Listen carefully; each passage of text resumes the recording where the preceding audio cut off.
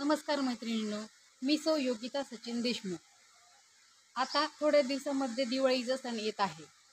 तर या दिवाळीच्या सणामध्ये सुट्ट्यांमध्ये मुलांना वेगवेगळ्या गड किल्ले यांची माहिती मिळावी यासाठी किल्ले बनवा ही स्पर्धा वेगवेगळ्या भागामध्ये घेतात। तर आमच्या इथे सुद्धा ही स्पर्धा आयोजित केलेली असते। तर याचेच औचित्य साधून आपण आपल्या महाराष्ट्रातील गड किल्ल्यांची माहिती पाहणार आहोत। तर सुरुवातीला मी माझ्या जवळचा म्हणजे आमच्या तालुक्यातील खर्डा येथील शिवपट्टण किल्ला हा किल्ल्याची माहिती आपण पाहणार आहोत। चला तर मग व्हिडिओला सुरुवात करूयात। तर आपण आज सर्वात पहिल्यांदा माझ्या तालुक्यातील माझ्या जिल्ह्यातील म्हणजेच जामखेड तालुक्यातील अहिल्यानगर जिल्ह्यातील खर्डा येथील किल्ल्याची आपण आज माहिती पाहणार आहोत। तर अहिल्यानगर जिल्ह्यातील जामखेड तालुक्यात असलेला खर्डा किल्ला हा शिवपट्टण किल्ला म्हणून ओळखला जातो। हा एक भुईकोट किल्ला आहे। त्याचे बांधकाम 1745 मध्ये सरदार निंबाळकर यांनी केले होते। तसेच 11 मार्च 1795 रोजी मराठ्यांनी निजामावर येथे मिळवलेला विजय याच किल्ल्याच्या साक्षीने साजरा झाला। किल्ल्याची तटबंदी, प्रवेशद्वार, बारव आणि मशीद आजही सुस्थितीत असून हा किल्ला राज्य संरक्षित स्मारक आहे। हा किल्ला जामखेड तालुक्यातील खर्डा येथे जो अहिल्यानगर शहरापासून सुमारे 100 किमी दक्षिणेस आहे। 1745 मध्ये सरदार निंबाळकर यांनी या किल्ल्याची निर्मिती केली होती आणि 11 मार्च 1795 रोजी झालेल्या युद्धामध्ये मराठ्यांनी निजामावर विजय मिळवला होता। असे म्हटले जाते की ही शेवटची लढाई होती आणि ती सुद्धा विजयी लढाई झाली,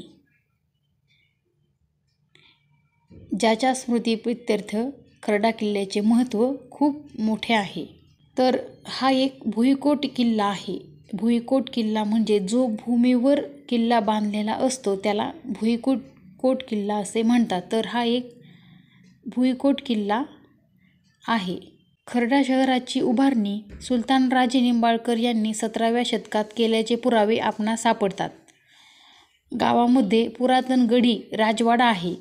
देखरेख अभावी तिची मोठ्या प्रमाणात पडझड झाली आहे, परंतु गावाच्या बाहेर दक्षिणेला एक भुईकोट प्रकारच्या बांधणीचा किल्ला आहे। तसेच गावच्या 2 ते 8 किमीच्या अंतरावर जागृत 12 ज्योतिर्लिंग देखील आहेत। खर्डा शहर ही एक मोठी व्यापारपेठ असून येथील सोन्याची बाजारपेठ प्रसिद्ध आहे।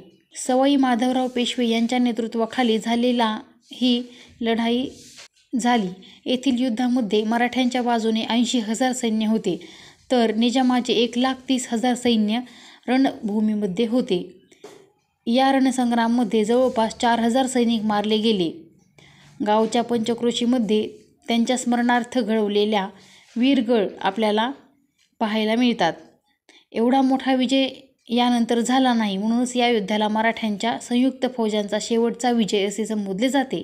तसेच श्री शिवप्रतिष्ठान हिंदुस्थान ही संस्था नेहमीच किल्ल्याच्या जतन, संवर्धन आणि दुरुस्तीसाठी अग्रेसर असते। याच शिवप्रतिष्ठान हिंदुस्थान संस्थेने किल्ल्यावर तोफेची प्रतिकृती उभारली आहे आणि दरवर्षी शिवप्रतिष्ठान हिंदुस्थानकडून 11 मार्च रोजी विजयी दिवस साजरा करण्यात येतो आणि तेथे महापंगतीचे आयोजन देखील असते।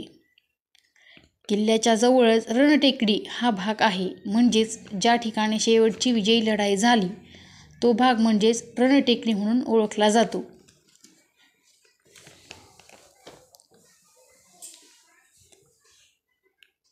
तसेच